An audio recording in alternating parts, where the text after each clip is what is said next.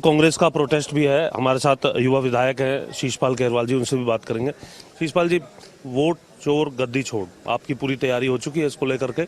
अभी से कुछ ही देर में मार्च भी शुरू हो जाएगा। आप इस मुद्दे को किस तरीके से मानते हैं कि वाकई वोट चोरी या फिर फर्जी वोट का जो काम है वो किया जा रहा है?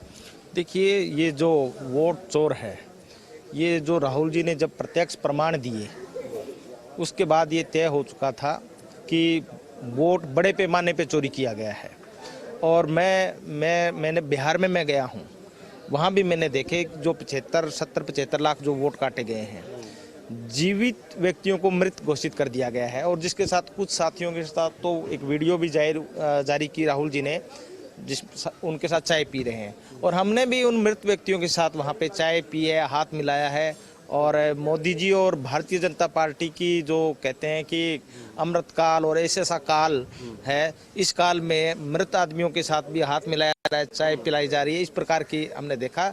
निश्चित रूप से एक बड़ा घोटाला वोटों का आप जो है राहुल जी ने जो आउट किया है, जो बाहर निकाला है, चोरी पकड़ी है, चोर को पकड़ा है, तो निश्चित रूप से ये पूरे देश के अंदर आज हर व्यक्ति जो लोकतंत्र को बचाने और लोकतंत्र की मुहिम में जो हिस्सा लेता है उसको दर्द है और वो इसका विरोध कर रहा है। मृत व्यक्ति यानी कि रिकॉर्ड के अंदर मृत है और वैसे वो जीवित है पूरा? हाँ, बिल्कुल जीवित है। इलेक्शन कमीशन के रिकॉर्ड, और इलेक्शन कमीशन के रिकॉर्ड में उन्होंने उनको जीवित व्यक्तियों को मृत घोषित करके बाहर कर दिया है। और वो कह रहे हैं जी हम तो जिंदा हैं, हमें इलेक्शन कमीशन ने और भारतीय जनता पार्टी मोदी जी ने जिंदे जी मार दिया। ये कहावतें सुनी है और इस बार प्रत्यक्ष रूप से मोदी जी ने दिखा दिया। और एक और बात है, अगर कोई भी नेता जो नेता प्रतिपक्ष है हमारा लोकसभा का, वो ऐसा मुद्दा जो चुनावी हमारी संस्था है, अगर उस पर क्वेश्चन मार्क लगाता है तो सरकार का और चुनाव आयोग का ये मतलब बनता है कि वो उसको बताए देश को कि हम गलत नहीं हैं। जबकि चुनाव आयोग को बचाने के लिए पूरी भारतीय जनता पार्टी और उनकी टीम लगी हुई है, कैसे काम चलेगा?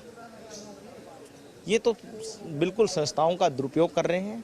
और हम तो बार बार कह रहे हैं, चाहे शिक्षा की बात हो, चाहे स्वास्थ्य की बात हो, हर जो संस्थाएं हैं, जो सरकारी संस्थाएं हैं, इन पे भारतीय जनता पार्टी और आरएसएस ने अपना जो जकड़न है इस प्रकार से बनाई है कि उसका दुरुपयोग करके लोगों के हितों को। आपके ऊपर भी लग रहे हैं कि आपके समय में भी कई जगह फर्जी वोट, बोगस वोट मिले थे, कई नेताओं पर केस भी है। हरियाणा का एग्जाम्पल यहाँ पर दिया गया, सुखबीर कटारिया का, रणदीप सुरजेवाला के, उनके क्षेत्र के अंदर इस तरीके के वोट मिले थे। आप कैसे इसका जवाब देंगे? क्योंकि सत्ता पक्ष भी ये कह रहा है कि हम नहीं बल्कि कांग्रेस है वोट चोर। अच्छा, अगर मान लो उस वक्त कुछ कमियां रही तो इसलिए वो ये कह रहे हैं कि आपने अगर वोट चोरी की तो हम ज़्यादा करके दिखाएंगे, इसका मकसद वो ये कहना चाह रहे हैं।